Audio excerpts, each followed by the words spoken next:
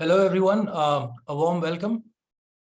I hope I'm audible and visible. So welcome to Prepping Up Virtual Interventions. This is a webinar on accelerating evidence to action for key populations in HIV prevention, and this is related mainly to PrEP. So I'm Aditya. I work as the Deputy Chief of Party and Executive Director for the Accelerate program with the Johns Hopkins University School of Medicine.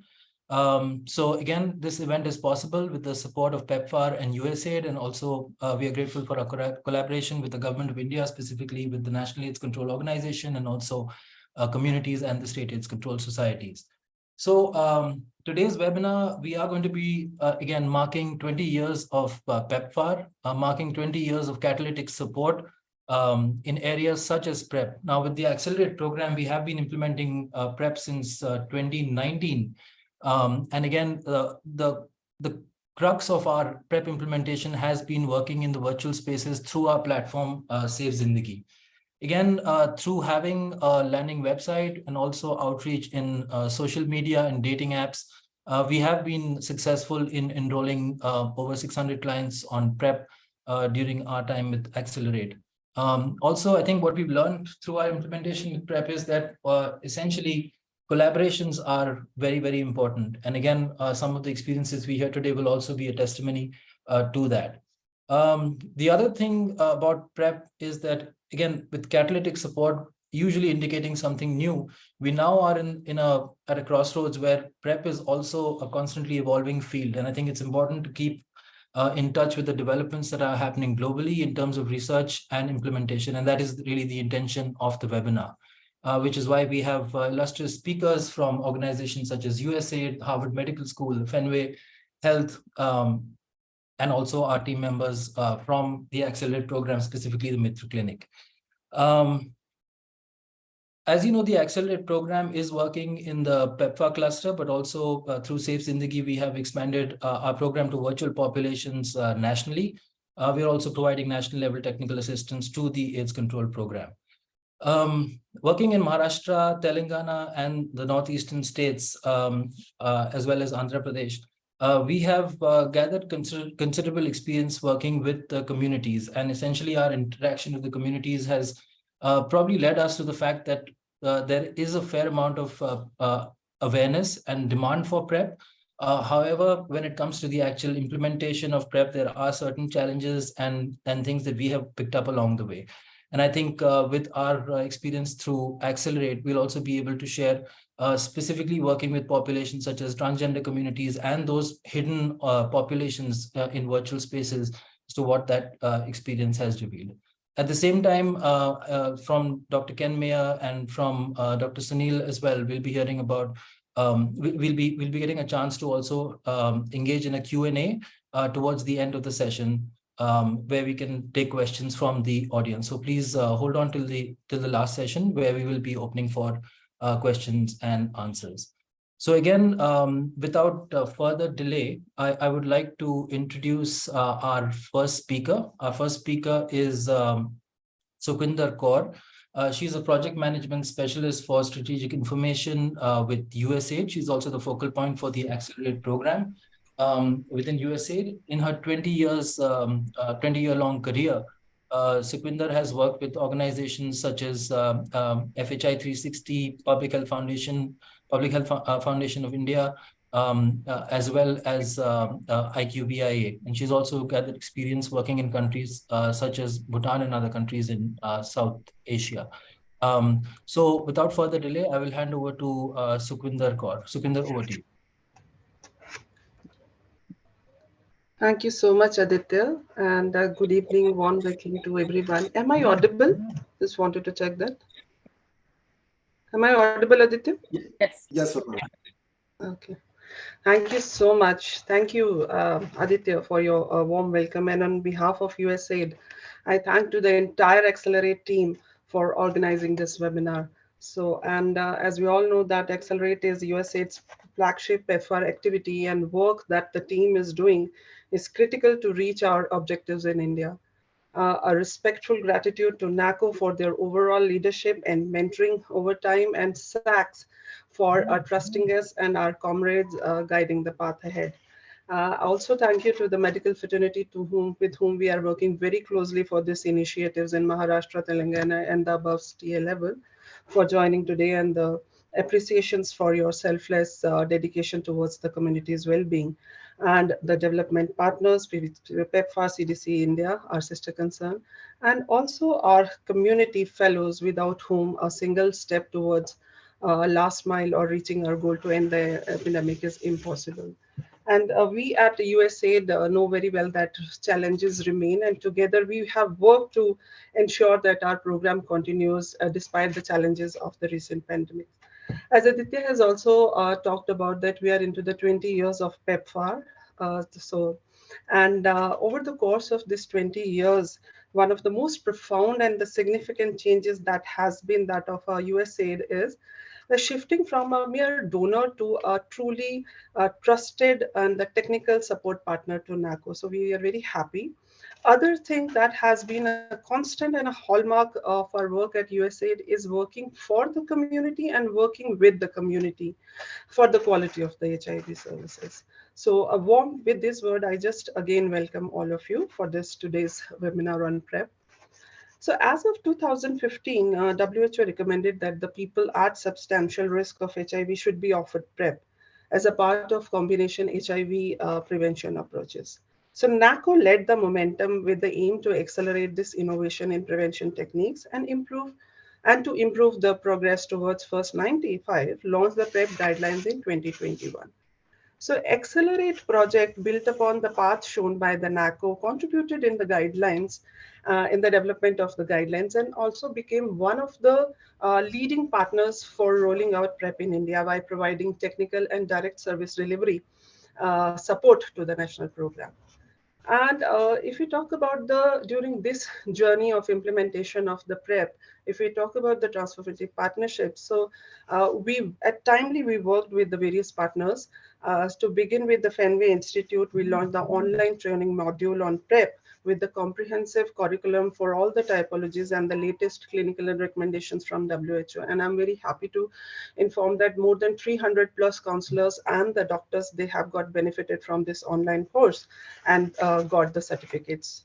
Also, Accelerate collaborated with ICM, Timely collaborated with the various projects which were going on to benefit the community. And one among that was the ICMR NARI project on PrEP in Pune to refer the eligible clients who are from the Pune for free of cost delivery. During this time, we also engaged with more than 90 private providers across Maharashtra and Telangana USAID PEPFAR clusters through non-financial MOUs for PrEP initiative and other clinical support. The network providers, they have offered the subsidized consultation and PrEP initiation cost at a 50% of their actual fees for all the referred clients. The further, I would just want to highlight that PrEP implementation model under the GHU Accelerate project has developed a dedicated web application for PrEP. Aditya has also mentioned about it, and it is called the Safe Zindagi to enable users to register and seek relevant information and services for PrEP. A demand generation strategy was also developed in close coordination with the NACO to provide public awareness and knowledge about PrEP, especially for the online users. And till date, in terms of the reach, 5 lakh visitors have visited our Safe Zindagi, and 2 lakh are the unique US users who have got benefited from. So in India, as far as PrEP is available through alternative delivery models such as virtual platform, community networks, and private sector providers with the subsidies, ensuring navigation to service access points that are unique to the needs of the individual. For example, like PrEP is initiated through the virtual intervention and then followed by a tailored in-person context to stir the individual from online to online, online to offline, and from offline to online also. So all these service provisions are there when we talk about the PrEP. Whereas in some teleconsultation is also available with the doctors, and PrEP is initiated through empaneled pharmacies at the subsidized rates. So all these experience and extensive listening exercise which we did during the course of this PrEP implementation, they all helped us informing the challenges and the solutions for what we hope will inform further the public sector implementation. As we know that already PrEP and self-testing are mentioned within a package of services in the Sampoorna Suraksha that are providing the status neutral services to the individuals at risk. So our focus for the coming years under the PEPFAR umbrella includes the demand generation, PrEP literacy, behavior change strategies to deepen the benefits of a doubled up comprehensive prevention strategy. So if we talk about the evidence which we are able to generate from the current implementation of PrEP is that around 60% retention. So over a period of time, the range is between 60% to the 70%. Currently, it is a 60% retention on PrEP, which we are able to gather with, and also include 80% from the community with a heavy focus on the serodiscordant couple. And the overall 60% clients are less than 30 years of age. So these are some of the statistics which we have got from the implementation. And this project-driven intervention through the support of private providers is reaching currently to the 40 cities in 14 states. So, so with all this, I would say that we remain committed to working alongside NACO to test all these new approaches that help accelerate efforts for HIV epidemic control and achieving the AIDS-free generation. So on behalf of USAID, PEPFAR India, I again put on record that USAID fully supports JHU for conducting these educative webinars and appreciate that if these kind of webinars don't end over here, but by continued through series of webinars on the newer products, on timely information about the newer products, the evidence, technology, and the best practices and PrEP from the tried and the trusted global practices. Because from USAID India, our PEPFAR India, our strategic approaches are based on the premise that our resources are limited and our project must be designed to be catalytic with the potential to scale up in order to have a maximum impact. So I know various renowned speakers are lined up, so I'll just stop here again, truly appreciating NACO and SAC's leadership, tremendous support of community in order to implement PrEP, civil societies, our public and private providers, an excellent and dedicated Accelerate team working day in and day out on behalf of regional PEPFAR program in India. So with all these words, I just wish all the very, very best to this webinar and all the great success. Thank you so much. Thank you so much.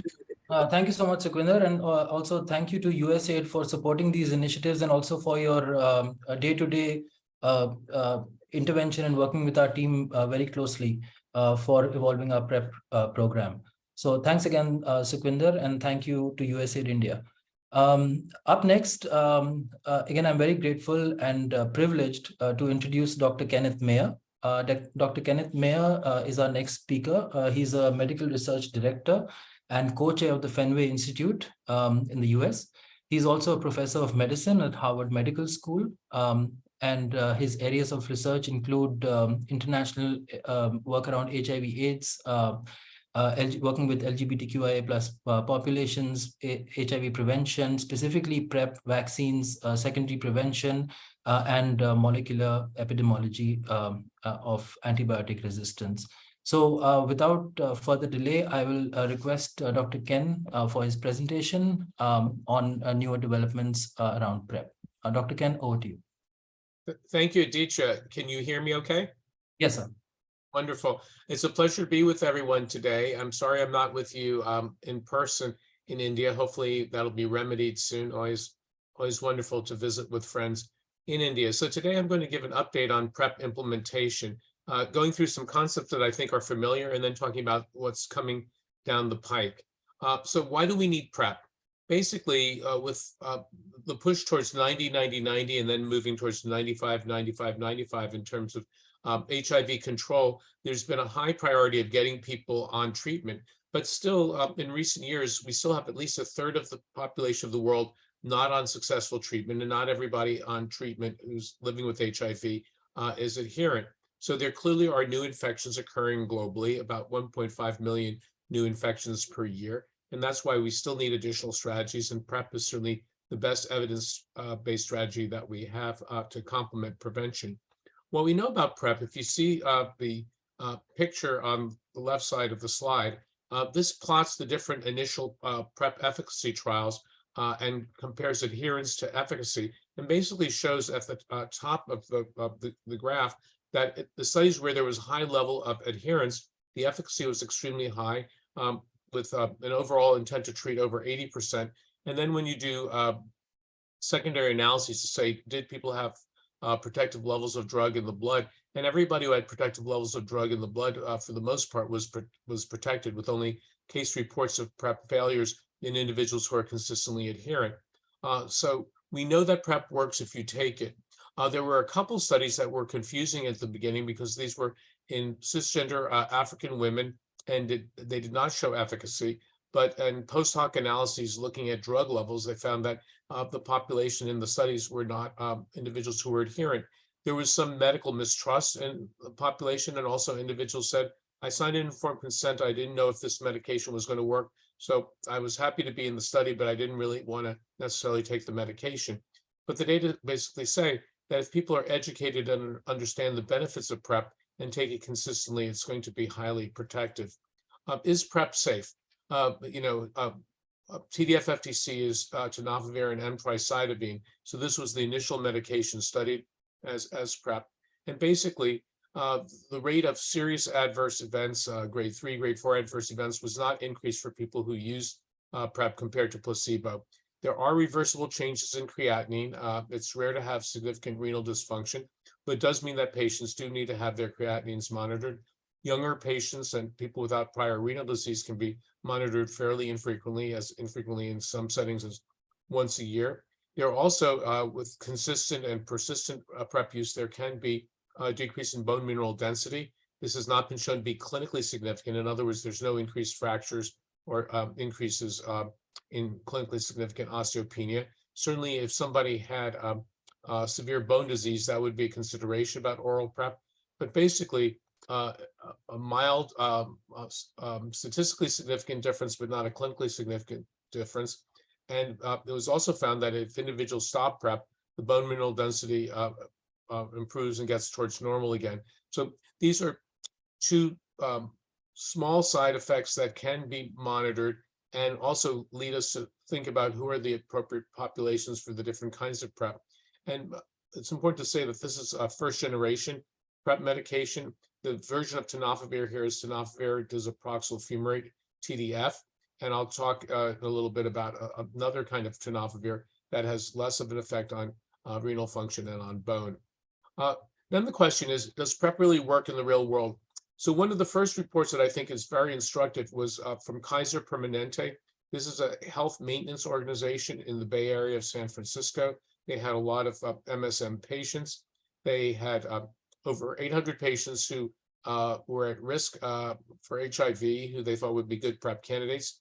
Not everybody wanted to initiate, but the majority, 657 out of 801, initiated PrEP.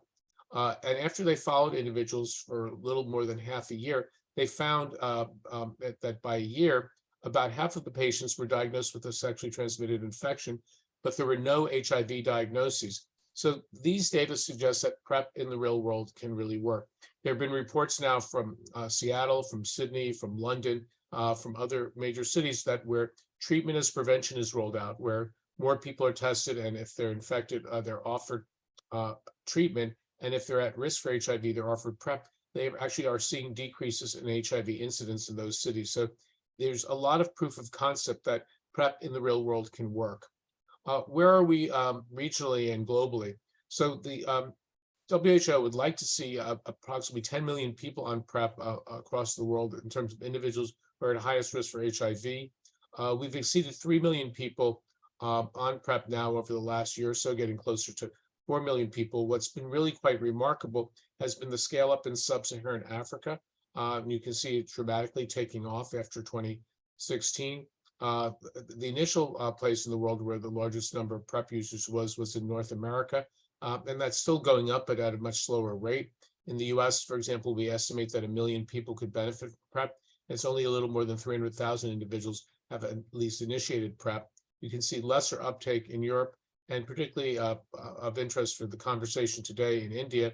The uptake has increased, but just slowly, and again, not commensurate with the number of people who could benefit. So certainly we need to think about today how we can scale up PrEP further. One of the big challenges about PrEP is that there's attenuation. So you can see here in this graph, this is from individuals who have commercial insurance. So presumably the ability to pay for medication has not been a problem. These are data from the United States.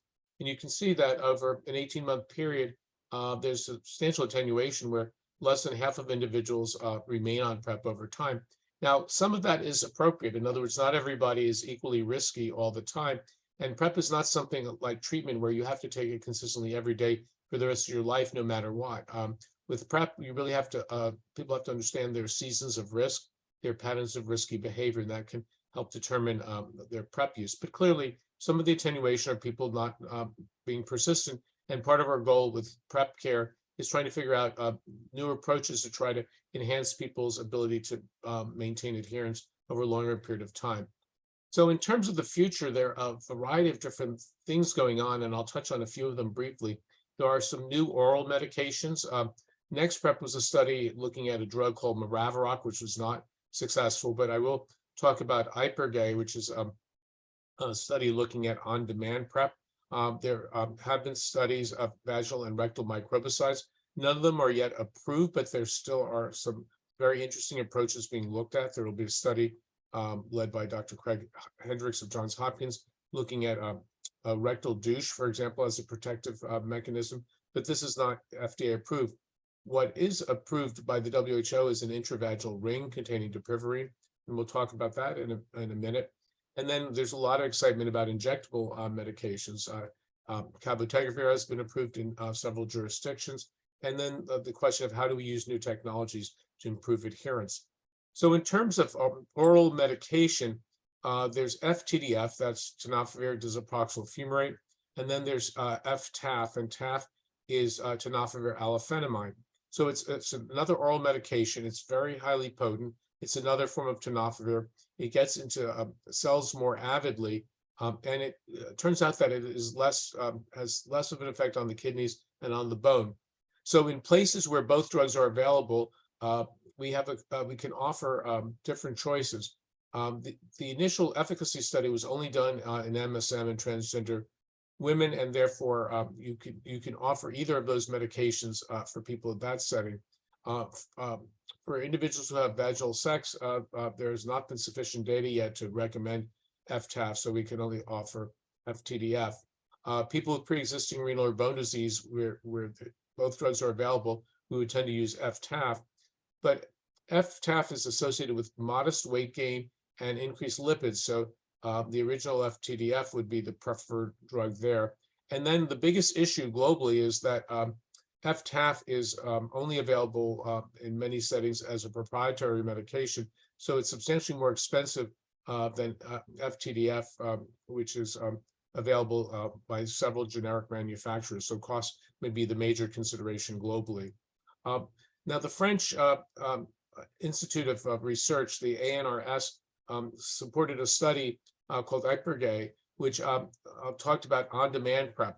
So on-demand PrEP is taking 2 pills within 24 hours of an at-risk behavior of sexual intercourse, and a pill a day for 2 days afterwards. So 4 pills around a sexual event.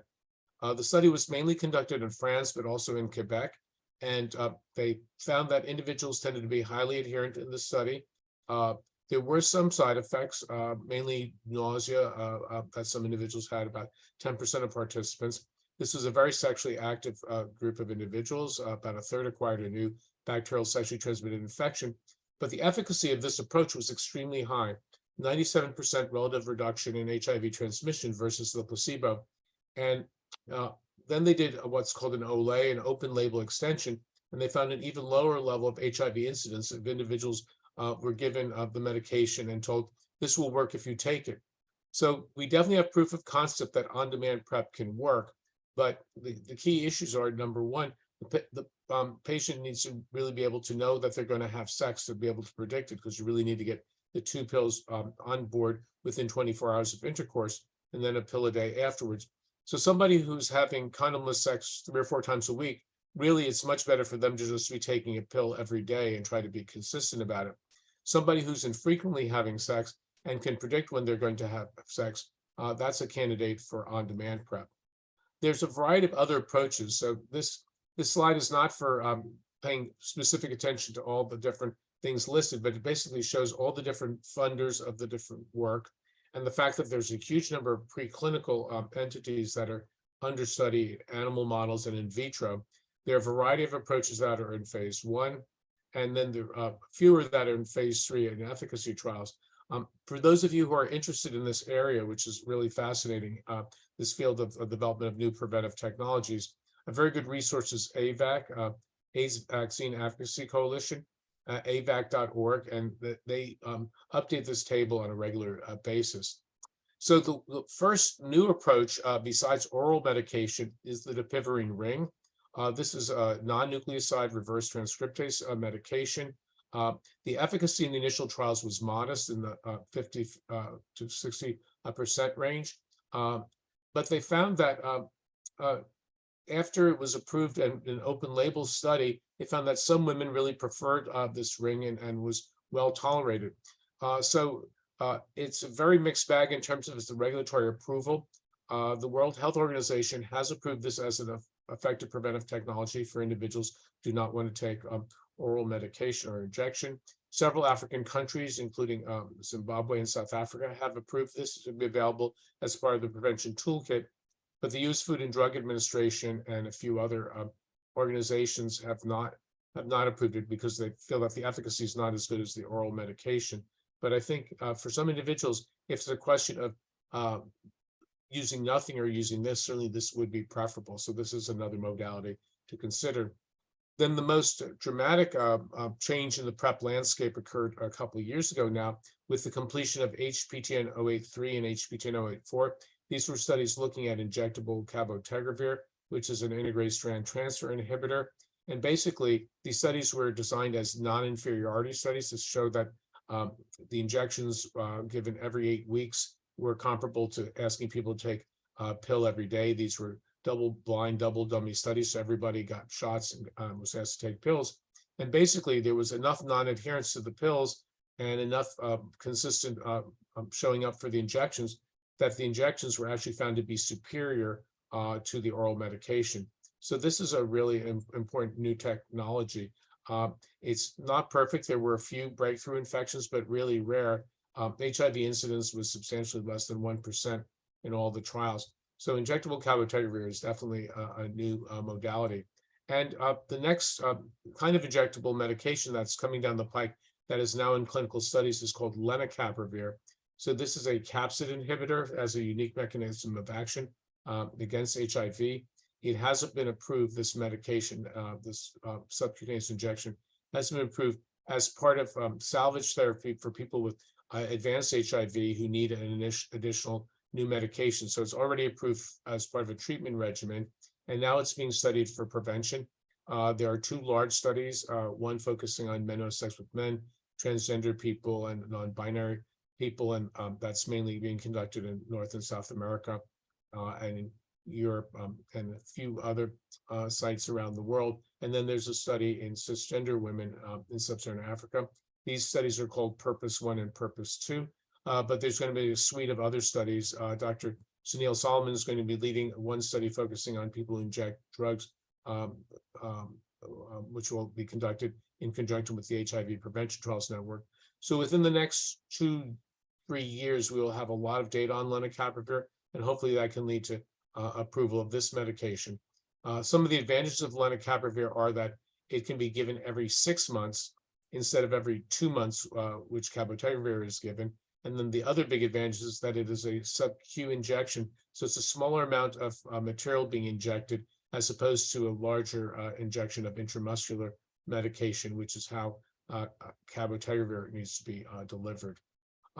The other concept, which is not as close for clinical use, but I think it's important to be aware of, is the idea of immunoprophylaxis. So there were two studies called the AMP studies, the antiretroviral monoclonal program. And these studies basically looked at an antibody called VRC01. It was developed at the Vaccine Research Center of the NIH. The overall studies were not protective against HIV, but in a subset analysis, so this is a post hoc analysis, individuals who were infected with strains that were easily neutralized in vitro tended to have some relative protection.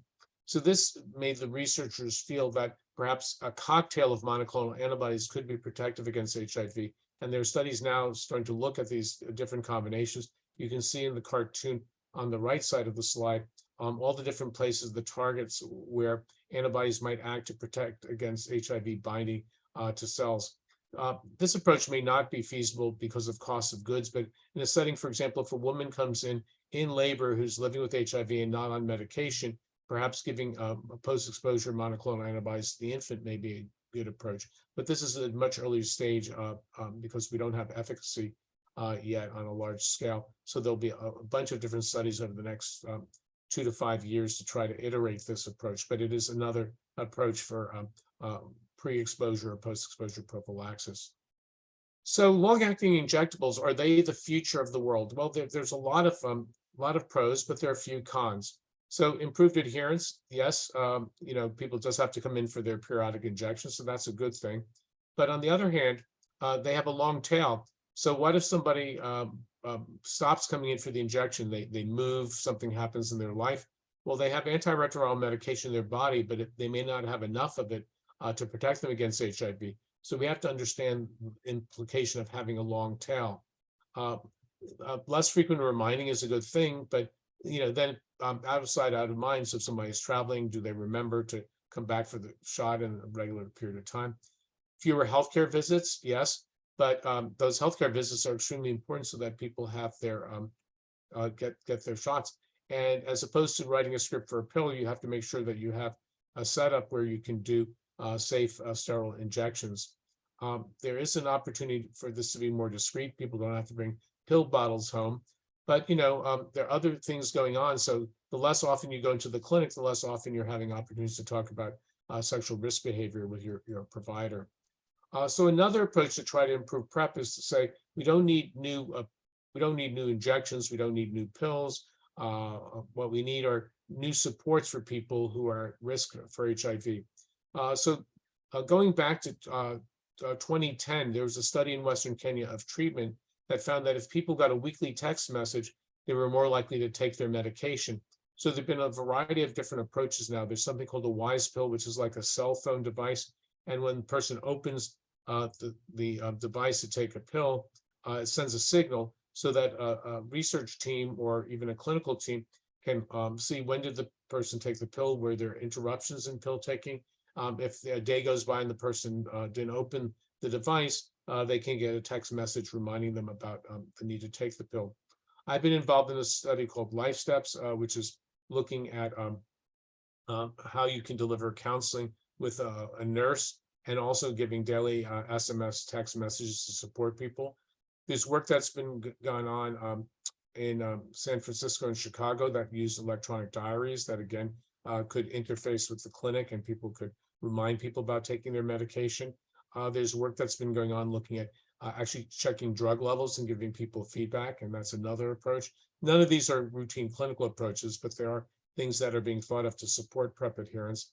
And there's an app called SexPro that's being developed by Dr. Susan Bookbinder that's been tested in the US and Peru to give feedback. But there are also low-tech approaches. So several studies in Africa now show just periodic home visits may be helpful as well. So the real take-home is that we have to think smarter about how we can support people with new technologies or old technologies, because taking PrEP, you have a lot of people who are healthy and really need to remind them and support them to continue preventive. Another challenge are providers. So definitely providers have been very reticent in some cases to initiate PrEP. People are concerned about increasing risk, but in the best case scenario, somebody who's risky, if they're highly adherent to PrEP, they don't become infected with HIV. Yes, they have to be screened for STIs on a regular basis, but if they don't become infected with HIV, Obviously, the worst case, if the person is not adherent to PrEP and they take it episodically, but they engage in condomless sex, they could certainly become infected and they could select for resistance. So we really have to match the counseling with the person's behavior to get the optimal outcome. And there's a challenge. One of my colleagues, Doug Krakauer, created a term called the purview paradox. In other words, HIV specialists often will say, I take care of people living with HIV. I don't do prevention. Prevention is for a generalist, for a primary care person.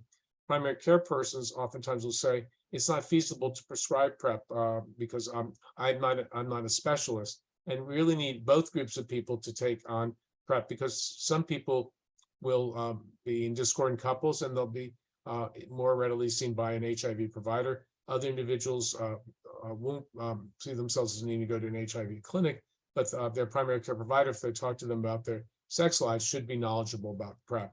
And there are ways to make this simpler for providers. So the same colleague, Doug Krakauer, looked at a health maintenance organization called Atrius Health. They had 800,000 patients, about 885 people living with HIV, and close to 250 were currently taking PrEP. But he actually looked at different indicators that might need PrEP use, and actually found that there was a subset of people that more than 8,000 people could have benefited from PrEP because they had high HIV risk prediction scores. And what do we mean by that? Well, if you look at electronic health records that centers increasingly have, you can actually develop certain criteria of who should you talk to about PrEP. There's certain demographics in some communities, certain groups of people are more likely to be at risk for HIV. There are laboratory results. For example, if somebody orders a test for syphilis or gonorrhea, there should certainly at least be a PrEP conversation with that patient. Their diagnosis, somebody comes in with anal warts, well, shouldn't that be a PrEP candidate as well? And certainly prescriptions, whether it's opiate substitution therapy or treatment for STIs. So there are ways to make it easier for clinicians, because clearly busy clinicians don't have the time to talk to their patients every day about PrEP for all patients, but there certainly are certain patients where you can say, this person, by virtue of this diagnosis, this lab result, would be a good person to talk to about PrEP. And I just want to close with an important concept. It's helpful sometimes to have categorical programs that focus on HIV prevention, but also if we're really going to scale up PrEP in India and other parts of the world, we have to see it as part of primary care. So we wrote a paper in the American Journal of Public Health a few years ago called PrEP as a Gateway to Care. So we looked at our clinic in Boston, Fenway Health, which takes care of a lot of sexual gender minority people. And we found about 5,000 individuals who had some risk for HIV. And we compared those who were on PrEP and those who weren't on PrEP. And we found that PrEP users were more likely to get a flu vaccine, to get tobacco screening, to get depression screening, and have glucose testing. And what this says is that just like for young women, where we think of hormonal contraception as part of primary care, if we think of PrEP as more part of primary care, we can get better health outcomes in general by engaging people in PrEP care who are at risk for HIV. So again, PrEP is not a standalone. It's very important to think of PrEP as part of a larger prevention package. So that's the first thing we have to do is figure out strategies to increase HIV and STI testing. If they test positive, we want to get them linked into care. We want to do positive prevention. If they test negative, not everybody needs PrEP. So we need to be able to have streamlined risk assessments to figure out who are the good PrEP candidates. And then if they go on PrEP, to provide adherence counseling. But we also need to address concomitant concerns. And the things in the red box are factors that increase people's risk for HIV, increase people's risk of not being adherent if they are infected or if they are on PrEP. And those are things like addressing depression, substance use, relationship dynamics, and social and structural issues, and certainly addressing STIs. If we get this all right, we will get a decrease in HIV and bacterial STI transmission. With that, I'd like to thank you, and I'll turn it back over to you, Aditya. Thank you so much, Dr. Ken, for that insightful presentation. I think some of those points are very useful for us here implementing the PrEP program in India as well, particularly the support systems for PrEP clients. And also the new developments seem very exciting. So thank you for that presentation, Dr. Ken. Up next, we will have, again, I would remind the participants that we will have a Q&A session towards the end, moderated by Dr. Sunil. You can also keep posting your questions on chat and we'll take them up during the Q&A. So up next, our next presenter is Dr. Trena Mukherjee, who is a biomedical prevention advisor with USAID, the Office of HIV/AIDS, which is a global USAID. Dr. Trena has a lot of experience working in PrEP. Prior to working with USAID, she's also worked with the Department of Health in San Francisco, and she's a Fulbright scholar who is also has studied at Johns Hopkins as well. Dr. Trena Mukherjee will be sharing developments from USAID on PrEP implementation through the programs that are supported across the world. So without further delay, over to Dr. Trena Mukherjee, please. Thank you so much, Aditya. Can everyone hear me? Yes. Yeah. Okay, great. Thank you again. So I'll be talking about PrEP implementation, specifically monkey and priority populations, largely through USAID programming around the world. So looking at current global progress, we can see we really fell short of current 2020 targets, and we've reached less than half of all KP populations, achieved half of condom targets in 2020, and only about 25% of PrEP targets. And we did not reach the 90-90-90 targets, which resulted in about 1.5 million new HIV infections. So keeping that in mind, when we look at PrEP in the area of treatment as prevention, as well as U equals U messaging, we really need PrEP. And so while treatment as prevention can achieve reductions in HIV incidence, doing so really requires high achievement in 90-90-90 or 95-95-95 goals. And so to meet global prevention targets, we need both PrEP as well as treatment as prevention for impact. And looking at PrEP, we can see that it's up to 99% effective at averting sexual HIV transmission rates and at least 74% effective among people who inject drugs. So looking at current progress, we can see that there's been about 3 million PrEP initiations around the world. And PEPFAR, including USAID, does about 80% of PrEP initiations globally. And so I won't go through the full math, but we have broken down the numbers. And so globally, we need about 2.2 million PrEP initiations per year. And so that is actually very achievable. So it is possible to reach the UNAIDS and WHO goal of 10 million people on PrEP by 2025. But we really need to set ambitious targets now to accelerate scale up and expansion of PrEP. So in looking at PrEP globally, we can see that there's definitely been both unequal access to PrEP, but also uneven progress. And so if we look at India, the focus population today, we can see they've been, about the lower to middle end of PrEP initiations. And so while there has been great progress, there's still quite a ways that we can go. So when looking at PrEP, while we say that PrEP should really be available for anyone that's at risk and seeking services, we often find that key and other priority populations are at higher risk for HIV and could benefit more from PrEP. And so key populations and their sexual partners account for about 62% of HIV infections globally. And this is often due to low access to safe, effective, and quality HIV services, as well as just environmental and structural factors like high stigma and discrimination. That's really a barrier to seeking testing and care, as well as gender-based violence, police harassment, and societal discrimination, as well as insufficient community-based services. And when considering key populations, another thing that's important to keep in mind is really intersectional identities. So when you have a client in front of you, it may not be enough just to think of them as a person that injects drugs or uses drugs, but also another intersectional identity, like are they a young person? Are they also a woman? Are they engaged in sex work as well? And so thinking through HIV testing and a status neutral approach to testing, we like to say that every test really provides an opportunity for engagement. And so if it's positive, we go through the 95, 95, 95 cascade of linking them to treatment and making sure that they're retained for viral suppression.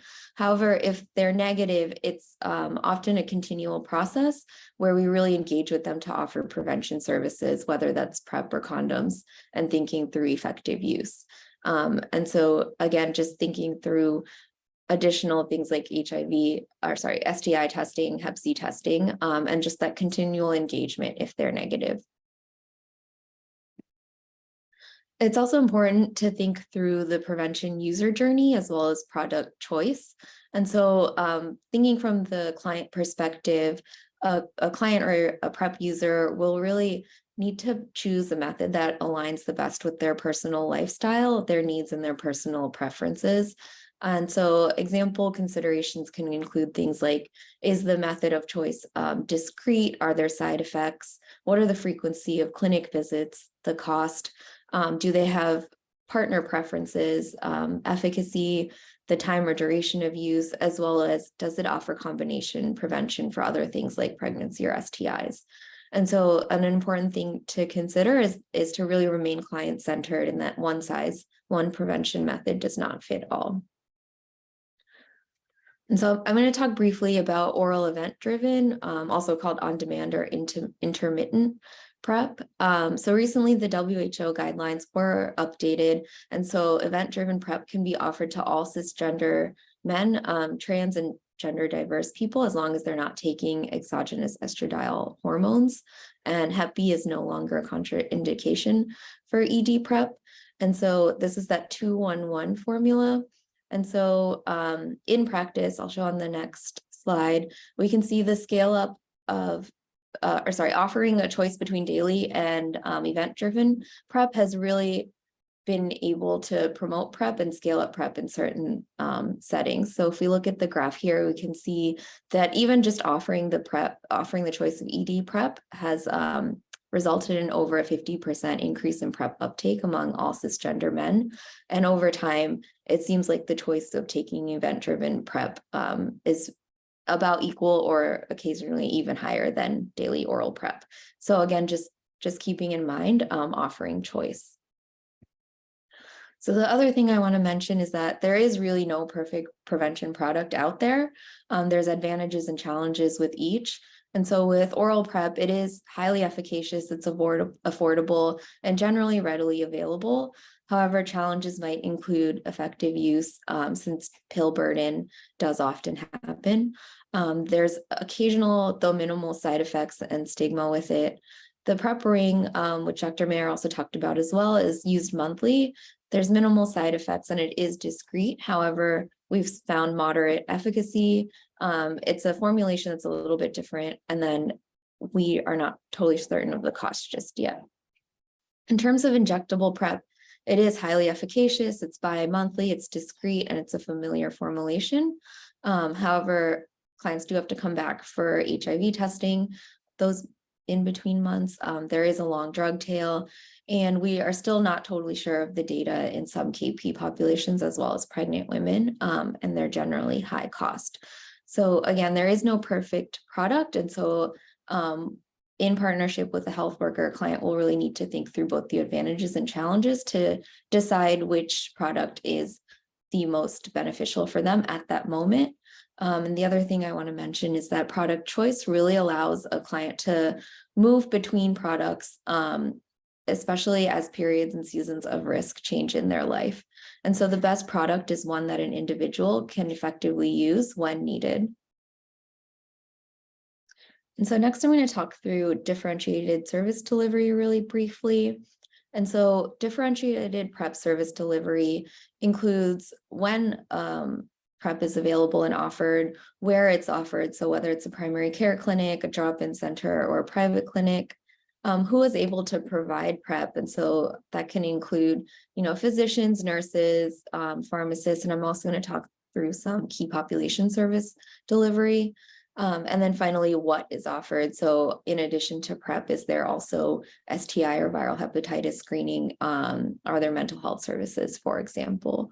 And so when looking at the global data, we've really seen that countries with the most advanced PrEP implementation and the highest uptake are really those that offer community-based or nurse-led or especially key population-led service delivery models. And so again, offering PrEP in a way that really fits well with each client or each person's lifestyle, so that it's flexible to match the periods of risk, enabling them to use PrEP effectively, and empowering PrEP users to tailor their PrEP and frequency of clinic visits. And then the other thing I want to mention is that the PrEP cascade is a little bit different from the treatment cascade. And so although we do want to make sure that PrEP users are using PrEP effectively, it matches their seasons of risk. And so rather than thinking about retention and adherence, we want to make sure that they're using PrEP when they need it. And then finally, gain-framed messaging that focuses on health promotion and being safe is often more effective than thinking through risk perception. And so when thinking of offering PrEP and raising PrEP awareness, we found that tailored demand generation has been really effective when it's offered across multiple platforms. And so that can include social media platforms, strategic marketing campaigns, public events, and partnerships with commercial partners as well. So in other contexts, we've seen a spike in PrEP uptake immediately following a social media or a demand generation campaign that then pretty quickly flatlines. So this implies that continued demand generation strategies that are frequently really updated and match the end users need to remain fresh in order to increase awareness and PrEP uptake. So PrEP starter kits, and this can vary on context, but we've seen some that include HIV self-testing and other rapid test kits, condoms, things like masks and other PPE when COVID was a real concern. They can include a doctor's consultation, which can also be telehealth, as well as 1 or more months supply of drugs. And so this can also include alternative packaging, which can be seen here in the little pink box, which can really help demedicalize and destigmatize PrEP and make it easier for the client to carry it on the go. Some of the alternative packaging or starter kits can also include things like paracetamol to address fear of side effects. And again, the starter kits can really be tailored to meet the health priority of each target population that it's being offered to. In terms of looking at key population-led service delivery, this is data from Thailand. We found that almost half of all Thai users of PrEP received or preferred to receive services at key population-based organizations, and a third accessed PrEP at fee-for-service or private hospitals or clinics, and about 18% received PrEP from public hospitals. And so this is really showing that almost half of all users of PrEP really prefer to be seen by key population-led clinics. And the reasons for this are that key population lay providers that offer and deliver PrEP really puts key populations at the center of their service. And so the package can be co-designed and co-delivered by key populations as well as healthcare professionals to really ensure that these services are client-centered and need-based. KP lay providers are members of the key populations themselves, and so they're really aware of the needs and priorities of key populations. And they're also trained and certified to provide HIV services in a clinical environment that is free of judgment, stigma, and discrimination. Another thing that's been found to be really successful is one-stop shops and service integration. And so this is data from Vietnam, and we can see, when offering just HIV services alone, we did see clients come in, but it was fairly low. But with the integration of STI services, for example, it jumps from 8.2% to almost 75%. And we can see similar trends with offering viral hepatitis testing, mental health and drug abuse counseling, as well as confirmatory testing, PEP, and hormone testing and counseling. So again, just service integration and giving clients multiple reasons to come into the health clinic. So when looking at KP populations specifically, wraparound services have also been found to be really beneficial. And so when looking at Myanmar, for example, or sorry, this is Vietnam as well, for example, bringing PrEP using mobile services to male and female sex workers where they're already at. And so there's a mobile clinic band that visited approximately every 3 months. And so they would frequent hotspots, so including like bars and clubs, sauna and massage sites, and this would bring peer navigators, counselors, physicians, and pharmacists, and would offer STI and HIV testing and counseling, as well as PrEP. And so we found that these mobile services accounted for over 2/3 of PrEP initiations among hard to reach populations, including sex workers and entertainment facilities. And we also found that each mobile trip resulted in approximately 30 new PrEP users each trip.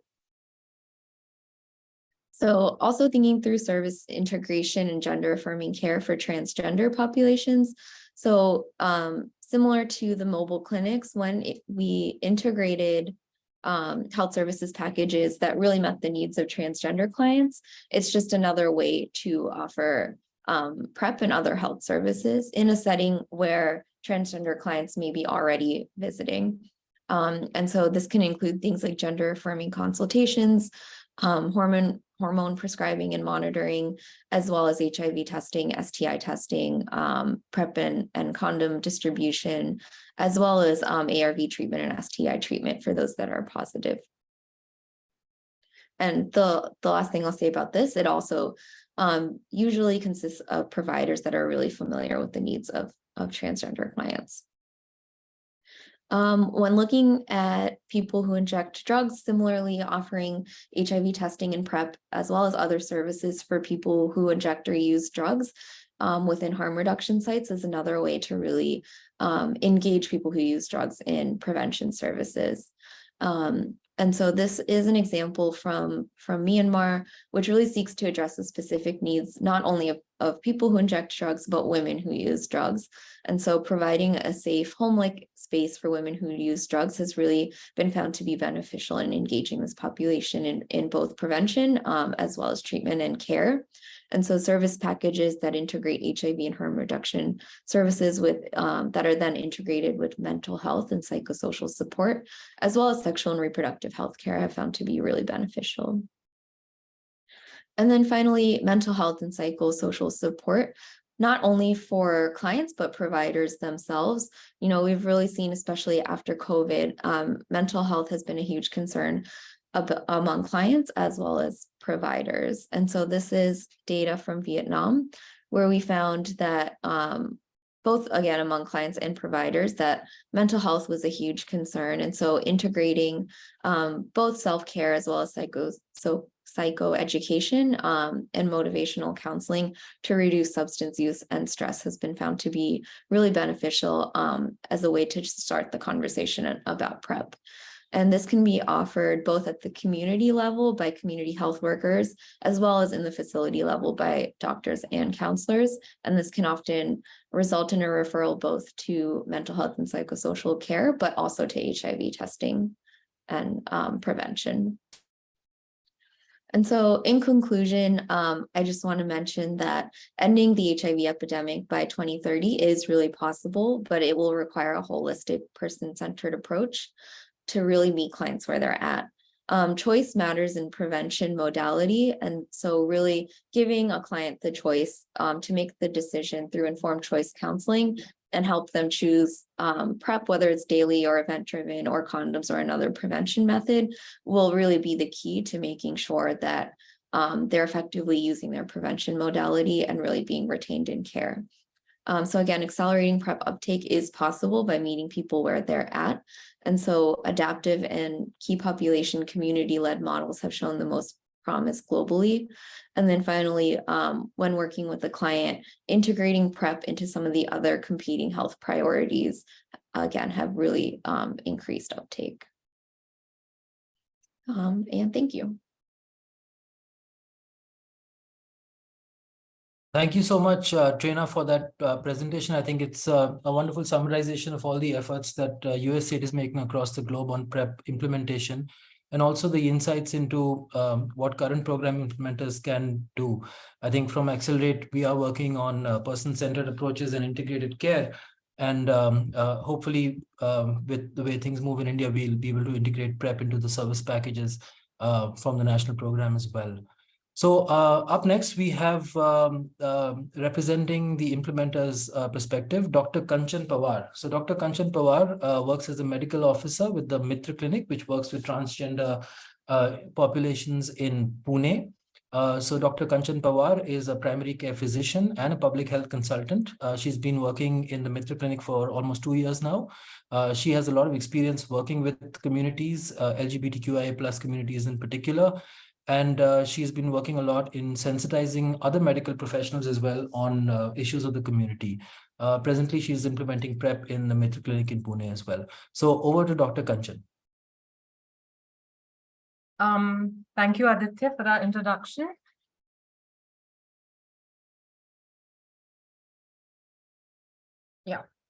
Yeah, we can hear you, Dr. Kanchan. You Go can ahead. hear me? Yes, I'm audible. Okay, Yes. Next slide, please. So I'm happy to present the experience of service PrEP delivery in Mitra Clinic.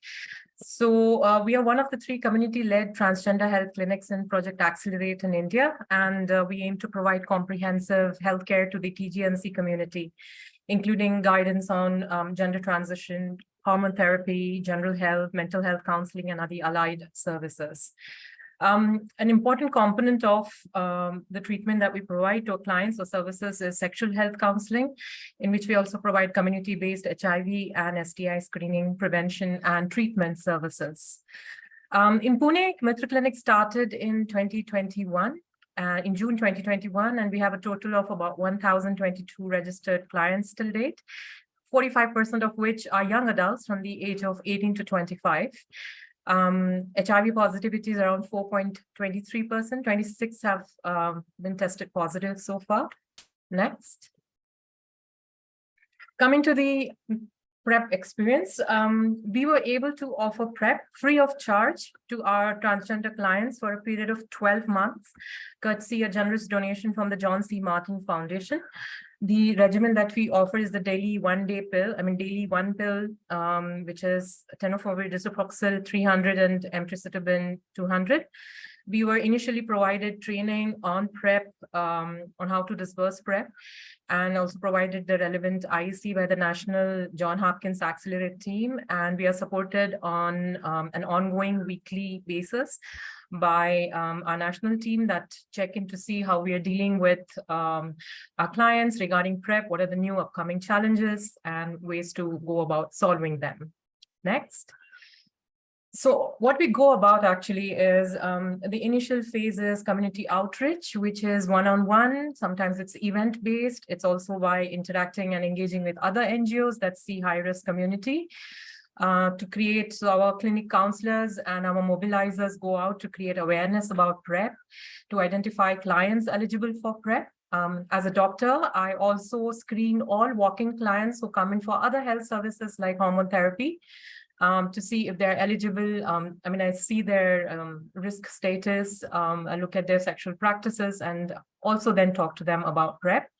The initial counseling about PrEP is provided by the clinic counselor, followed by an in-depth consultation with the clinic medical officer. That's me. And then we also do a baseline screening that happens in the clinic, and in which we screen them for STIs and for creatinine. If everything is okay, then we start them on PrEP with a second round of counseling that emphasizes on adherence and concomitant condom use.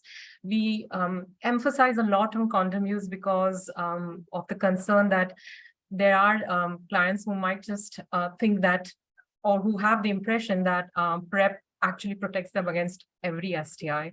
So we make repeated reminders to our clients that the best way to get 100 or at least 99% protection is to take PrEP on a regular basis and use condoms as well.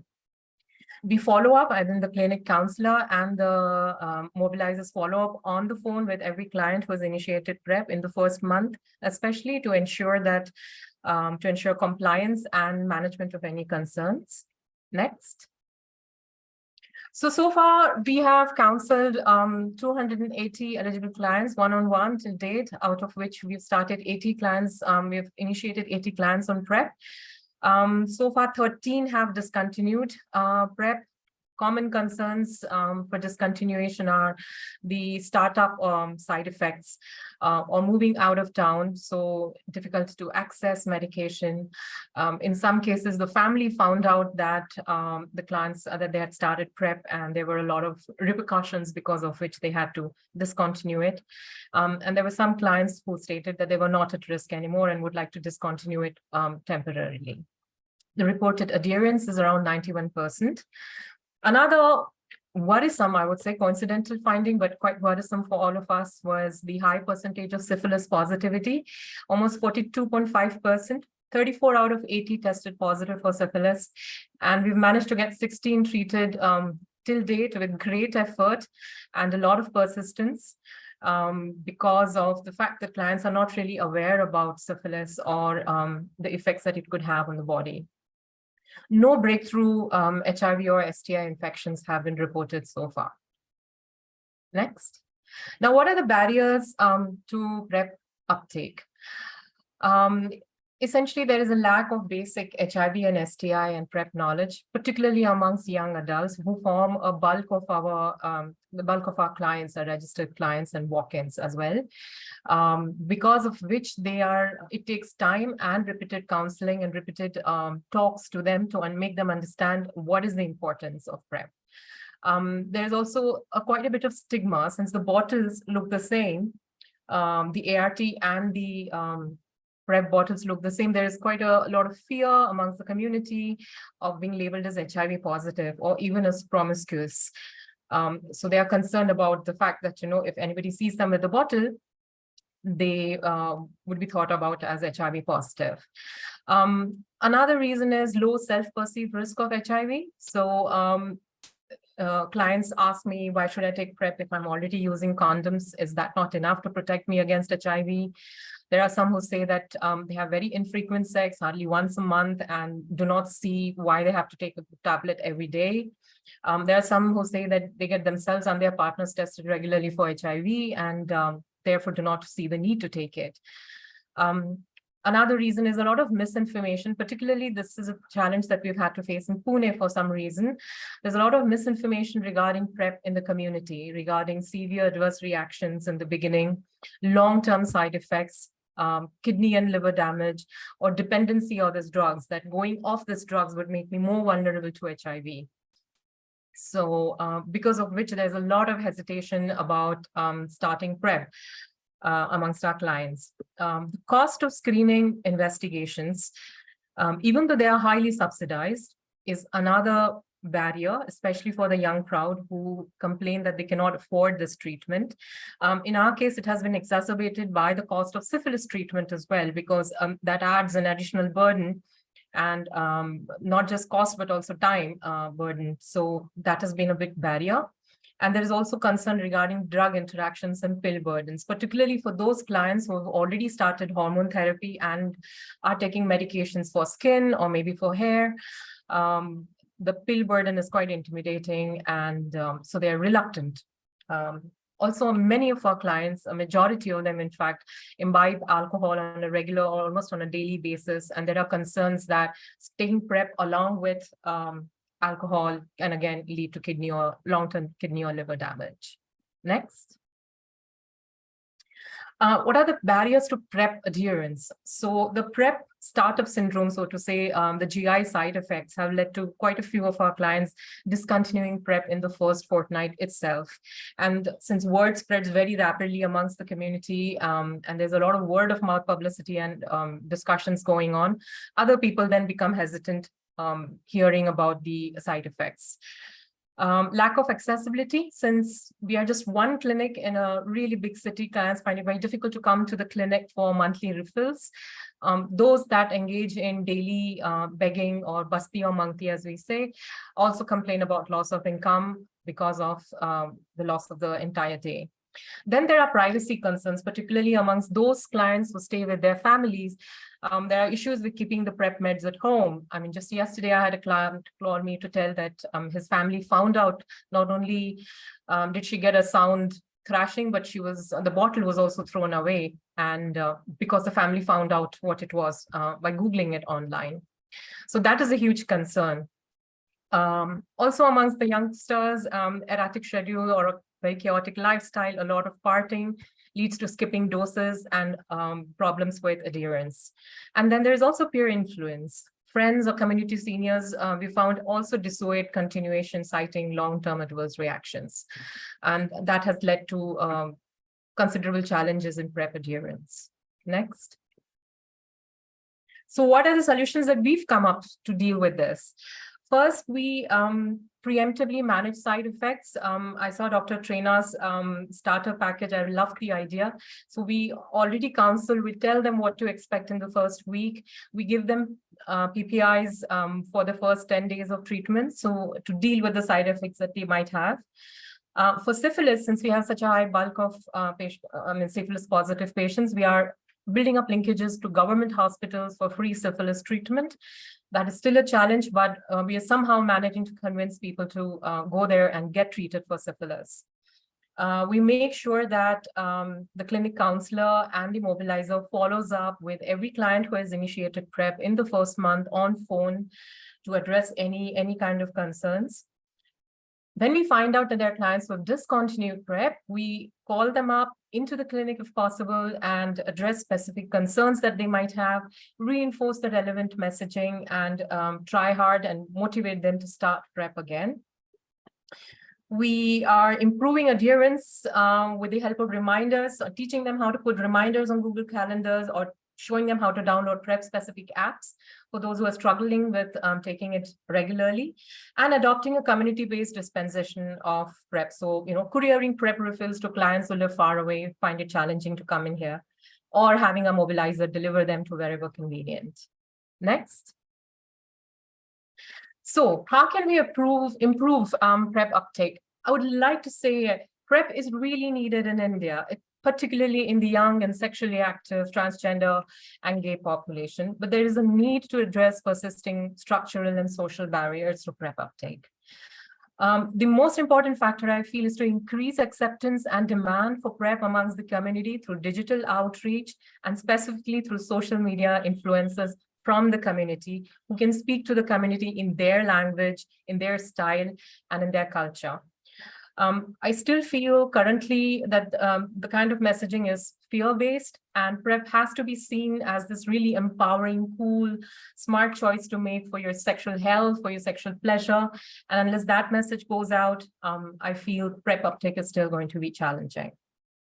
Increase accessibility by having more points and modes of distribution, of course, to increase PrEP affordability by bringing down the cost of the screening and also of the medication. And yes, offer event-driven PrEP, because there is a need for event-driven PrEP amongst the community. Many of them have infrequent sex and are not motivated to what they term as strong meds on a daily basis for that. So next slide. So I would like to conclude my presentation with a story of our 19-year-old client. She's Niharika. She'd come into the clinic for hormone therapy and for other health emergency concerns. And when we told her about PrEP, she was one of the early adopters. Not only has she herself very happily taken PrEP and calls PrEP her bodyguard, but she's also gotten in other friends and is a big advocate of PrEP. And she says that she implicitly trusts Mitra Clinic doctors and staff to advise her what is best for her health. And I feel some community advocates like Niharika would actually help a lot in PrEP uptake. Thank you. Thank you so much, Dr. Kanchan. I think you enumerated some of the successes and challenges related to implementing the PrEP program in India. And I'm sure that you saw a link also between what Dr. Ken had presented in terms of the solutions for support systems to clients. So thank you again, Dr. Kanchan. Up next, I will be introducing Dr. Sunil Solomon, who is the Chief of Party for Program Accelerate and also a Professor of Medicine and Epidemiology at Johns Hopkins School of Medicine. So Dr. Sunil has done a lot of research and implementation. His research is focused primarily on epidemiology, clinical management, access to HIV services, and also viral hepatitis amongst vulnerable populations, specifically people who are using drugs. Dr. Sunil will be moderating the Q&A session on PrEP. We'll also request the participants to raise their hands or post on the chat box. We can also have an interaction with the Dr. Sunil and the speakers of various sessions. So over to you, Dr. Sunil, and thank you for being here. Thank you, Aditya. Thanks for the kind introduction. Can I also request Kanchan to turn her camera on? I know it's like a Saturday evening, and you have the IPL, which is a competing risk in India, so you may all drop off very quickly. So in the interest of time, there were a couple of questions posted, so I'm going to go ahead and start with those questions. And if anyone else has a question, please raise your hand. We'll come to you. So Ken, I think there was a question from Kamlesh who asked about the risk of drug resistance from PrEP breakthrough infections. If you can address that, and also at the same time, I think Kanchan mentioned the high prevalence of syphilis. So if you want to mention a few words about the new interventions like doxypep and Bexara and where that's probably going, that would be great. Thank you, Ken. Sure. With regard to resistance, the worst case scenario is somebody getting a prescription and not being fully adherent and engaging in condomless sex and then taking medication after they become infected. This has been described, but it's not common. So this was something that people really raised a lot of concerns before PrEP became implemented. But now we have a decade of experience, and we can say it happens, it's not common, but it's certainly part of what's important as providers, as clinicians, is to be explaining that to patients that if they start PrEP and they're not taking it consistently, they do run the risk of becoming infected. And then if they start taking it after they're infected, they're taking an incomplete ART regimen, and that would be problematic. So it happens, but it's not, there's certainly experience now from around the world that says that this is not common, that most people, the bigger problem is people just stopping PrEP and not using it at all after a period of time, not persisting in it because it's a preventive intervention. Dr. Solomon raised the question about other things we can do around sexual health, because certainly PrEP users are people at high risk for STIs. And if people using PrEP are feeling that they don't have to use condoms and having multiple sex partners, they may pick up bacterial sexually transmitted infections. There was a study in France and then replicated by a study in San Francisco and Seattle that found that using the drug doxycycline, an antibiotic for post-exposure prophylaxis against bacterial infections, was highly effective, particularly decreasing the risk of chlamydia and decreasing the risk of syphilis. And in the US study, it decreased the risk of gonorrhea, though the French study did not see that. We are concerned about the use of post-exposure antibiotics, possibly selecting for resistant organisms or affecting the microbiome. So it's still early days, but the US CDC is probably going to issue guidelines to recommend this approach within the next few months. So it will definitely be something that may be part of the sexual health package. The issue of gonorrhea may be resolvable in the next few years, because there are data that suggests that there are a couple of vaccines that may be protective against gonorrhea, but it's early days. There was a meningococcal vaccine study in New Zealand that in a post hoc analysis, they found that it also decreased the likelihood of people getting gonorrhea. And now that's being studied in much larger efficacy trials. So within the next couple of years, we may have gonococcal vaccines to also protect against that specific STI. Thank you, Cam. I guess the next question I have is for both Srena and Sukhwinder combined, so you can decide in which order you want to respond to it. So there was a question about 3.8 million infections, 3.8 million PrEP starts globally, but such a low number in India. So why are these numbers so low in India? And I guess the second part of that question, Srena, more is for you, is, so I think you recognize that most budgets or most HIV programs globally are sort of flatlined, right? In a country like India, where our prevalence is like 0.2%, and you have to allocate funding, how would you distribute that between, like in an ideal world, everyone should have access to PrEP. But if you have to allocate between PrEP and ART, because you talked about both treatment as prevention and PrEP, how would you go about, like, what would be your advice to the Indian government? And then Sukhwinder, if you want to comment on why the numbers are so low in India. Thank you. I'm happy to start us off, and maybe thinking about your second question first, because that's something that we've been thinking a lot about at PEPFAR and at USAID actually. And the way we've been thinking about both prevention and treatment together is like the analogy of a faucet or a tap. And so if you need to turn off like this gushing water, you need both treatment and prevention at the same time, because it's not enough. I wish I had the picture, but it's not enough to just like have a bucket at the bottom to catch the water. You need to be able to actually turn off the tap.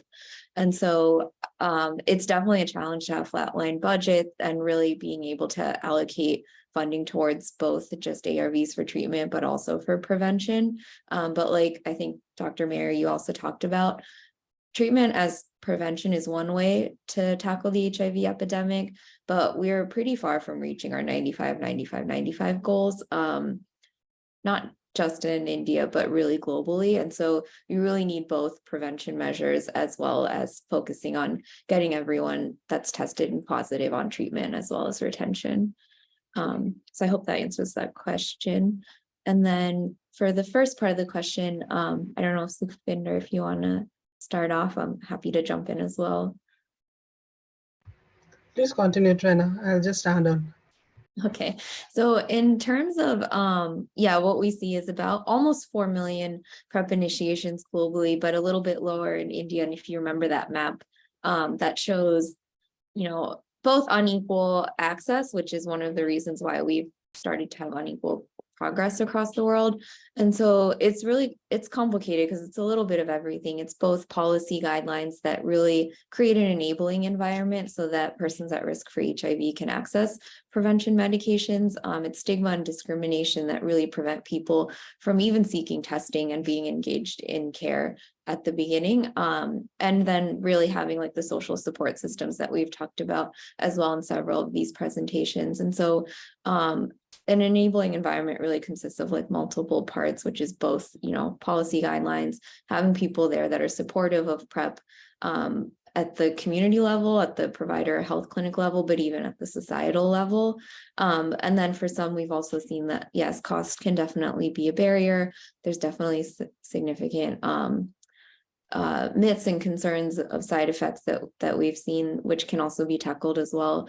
And even just generally raising PrEP awareness and making it really acceptable to take among all those that could benefit from it.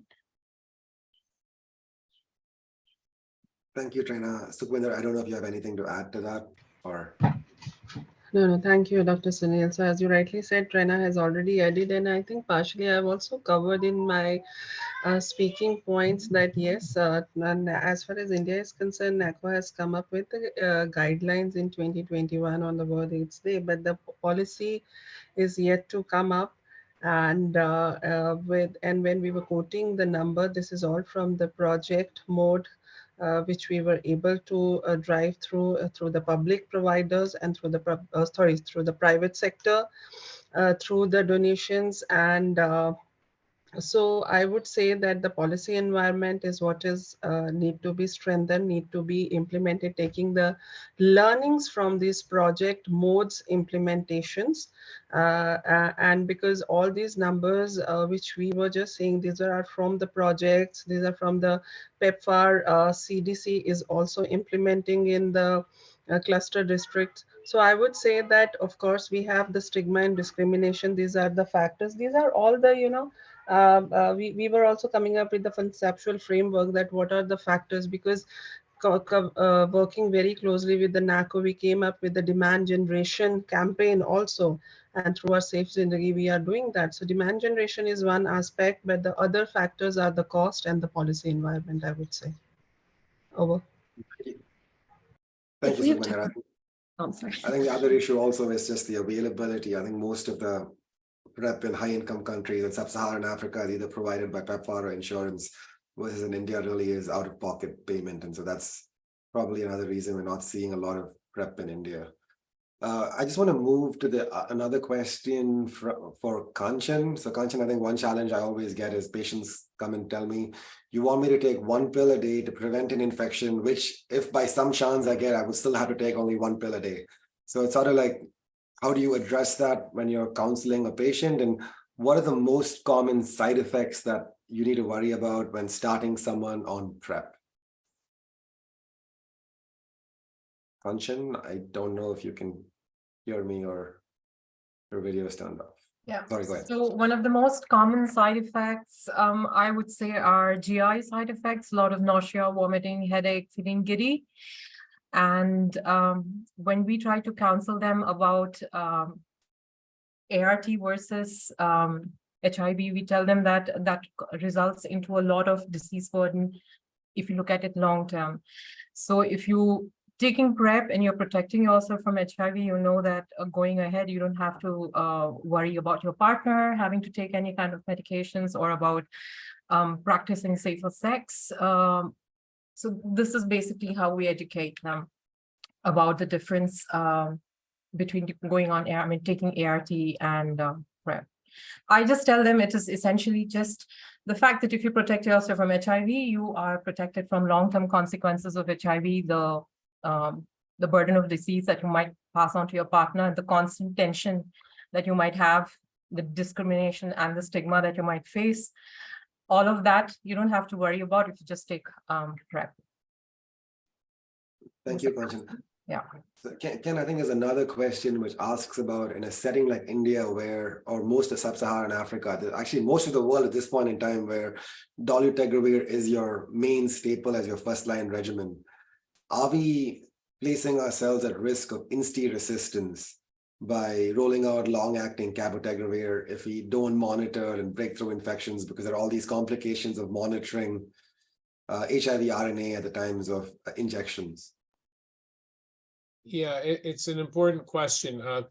The reason why the recommendation is to do RNA testing is just for the very reason that you want to avoid starting somebody on a single drug with an integrase strand transfer inhibitor if they're already HIV infected. So by doing RNA testing before starting PrEP and then every visit, you'll narrow the window, where the person might have acquired HIV and not yet make antibodies. So that's why the RNA testing is recommended.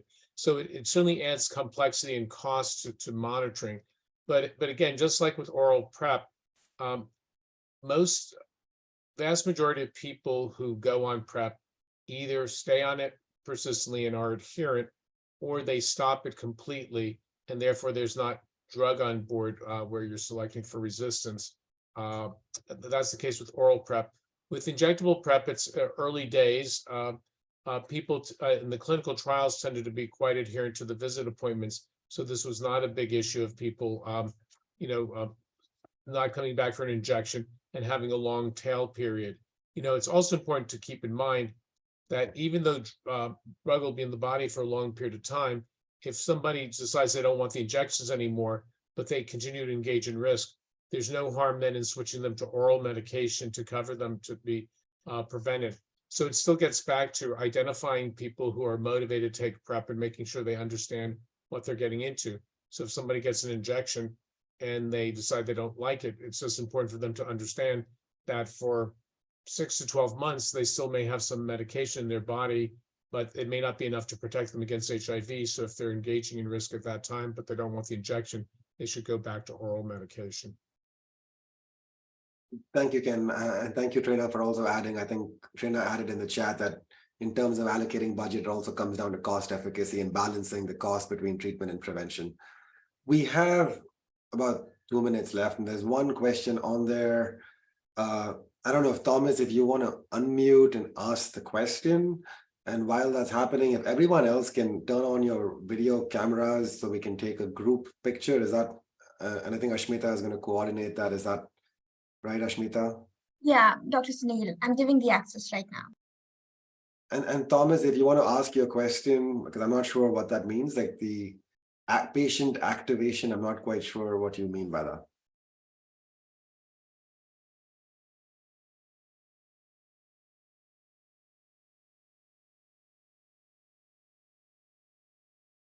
Runjun's iPad. If you have a question, please go ahead while everyone else is turning their cameras on.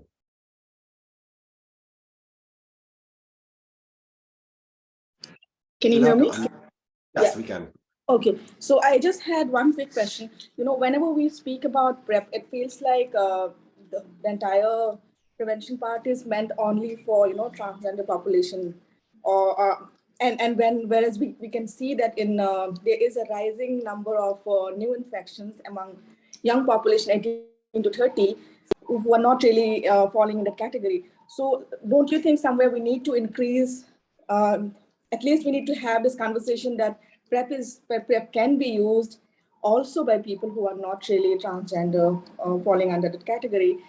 So that because no matter how much you tell or how much you talk about it, young population who are not completely having the knowledge about what complications HIV bring into your life once you have it, they are getting into unprotected sex and they are involving themselves in high-risk behavior. So how do we really, bring in that component and also ensure that there's much more awareness about it, and then also we use it? Yeah. No, thank you, Ranjana. That's a great question. I think Prerna pointed out a lot of those campaigns of demand generation. I think there needs to be a lot of demand generation around the use of PrEP in heterosexual populations as well. I think the focus really has been more on MSM and LGBT populations because that's where the burden is high. So in terms of your return on investment and cost efficacy, especially in a setting like India, versus if you go to sub-Saharan Africa, most of the PrEP programs are for heterosexual populations. So I think it is critical that we work in India as well. And if you actually look at the technical guidelines in India, is recommended for everyone. So that's where it is. But hopefully going forward, we will make sure PrEP is accessible to all, regardless of gender identity or race or age. So thank you for that comment. Ashmita, over to you. Thank you all for joining. Thank you, Dr. Sunil. So I request everyone to turn their cameras on. I've given the access and we'll take a group photograph, and then I'll hand over to Dr. Jalpa for the final vote of thanks.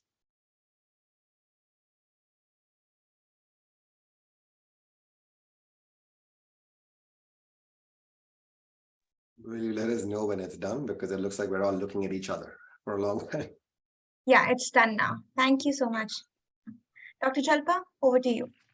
Thank you so much, Ashmita. And thank you very much, Sunil, for that exciting session. Firstly, I would like to start by thanking everyone for joining this session today. And I would like to start by thanking the speakers. Thank you, Dr. Kenneth, Dr. Sunil, Dr. Kanchan, Trina, and Sukhwinder. Thank you very much for those very educative and thought-provoking thoughts. And we'll definitely try to inculcate a lot of those in the practice in India, in the project, as well as when it scales up in the national program. I would also like to thank NACO, SAGS, USAID, and PEPFAR for their unwavering support and guidance in paving the way for PrEP in the country. I would like to thank all the community and the beneficiaries for continuously giving their feedback while we are implementing PrEP in through Safe Zindagi, and to provide those valuable feedback to keep improving the implementation design and the accessibility towards PrEP. Last but not the least, always, I would like to thank Accelerate team for supporting the work that we do, and Ashmita and Srinu for keeping things under control. And of course, we'd like to thank the donations from the American people, and without which this program wouldn't have been possible. Having said that, I would like to conclude with a few summary take-home points for all of us. One being that, yes, we would definitely like to continue this web series as a part of PrEP series, and we'll make highest effort to keep this going and take feedback from the private sector, from the public sector, and from the community to talk about the more relevant topics in detail and have more discussions around it. Second, from all the speakers that spoke today, there are some very important points that we take home. One is that PrEP really works to prevent HIV, and with high adherence, the efficacy can definitely be improved. Two is we need to make sure that PrEP is a choice, and there are providing different choices for PrEP can also improve the uptake and adherence on PrEP. Three is one-stop shop centers for PrEP, along with other integration of general services, can definitely improve the uptake of PrEP. And we are seeing that in the Mitra clinics in India.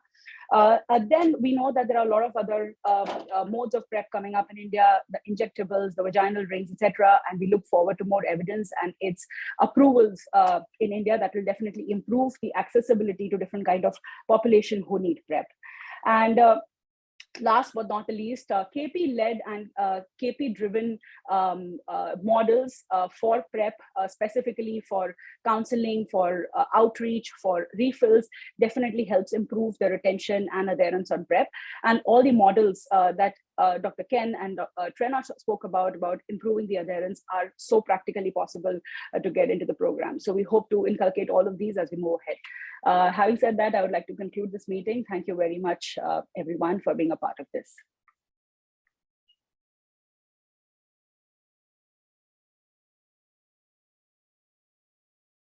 Thank you, everyone. I'm ending the meeting now.